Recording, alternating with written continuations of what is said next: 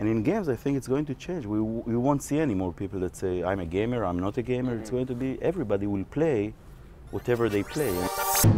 We're here with Asi from Games for Change, and it's a gaming network that brings together developers, brings together entrepreneurs, people who want to fund games, and it's all about social good. Tell us a little bit about that. So the idea is that, you know, we look at games as such a powerful medium. And just like you think about movies or books, that they can actually deal with some of the most pressing issues of our day, there's no reason games won't do that. And in essence, they can do it even in a more interesting way because it's interactive, right? How do you get people's attention when you have all these games like Grand Theft Auto and it's usually people just shooting at each other? Right. How do you break past that space? So at the end of the day, only 15% of games are actually shooting games. And it's becoming so diverse now. So if you look at Facebook or SimCity or simulations, those are games that are actually very constructive. Yeah. And you're actually building things. So it's really changing, and now it will be surprising to you to know that on Facebook, the average player is a female player, aged 39. So the demographics have changed quite a bit. The graphics is changing, the type of games people are playing, and suddenly people understand that games are much more than, you know, shooters or action games, that you can play games on the subway for 5 minutes or on Facebook. How does social gaming tie into this? So now we see more and more going on Facebook, and it makes a lot of sense because it's social, and there is also the component that you can actually put money in, so it can go to donations. There's an element of, you know, calling your friends to participate, which is really important for social change movements. One of the games that we've seen very recently is Witopia. And Witopia, what they do there is they turn all this energy of players into giving.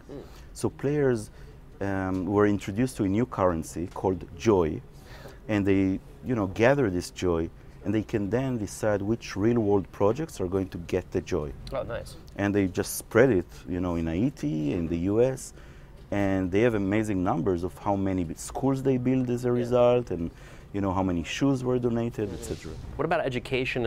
Are schools using these applications to teach students about subjects? Absolutely, more and more. One great example in schools, one of the games that was created as part of this community, believe it or not, was created by a concept by Sandra Day O'Connor, Supreme Court Justice. She retired 3 years ago. The first project she took upon herself was a game. And since then, they actually created a whole portfolio of 16 games around civic education. Wow. Played in 50 states, more than 1 million students, great evaluation results, that the kids actually understand much more how the government works than before they play the game.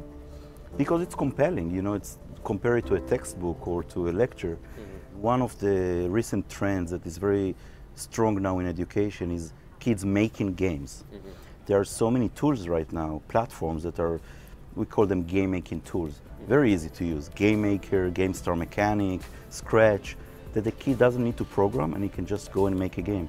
And just like you say, the creative process of creating a system, you know, he needs to create a game about something in science, you know, the thought process into even making the game is such a learning experience. Yeah. And we see now contests that, you know, call students from all over the country to come and participate. And one of those is actually sponsored by the White House. Oh, wow. Which one is that? It's called the National STEM Challenge. STEM is science, tech, engineering, and math.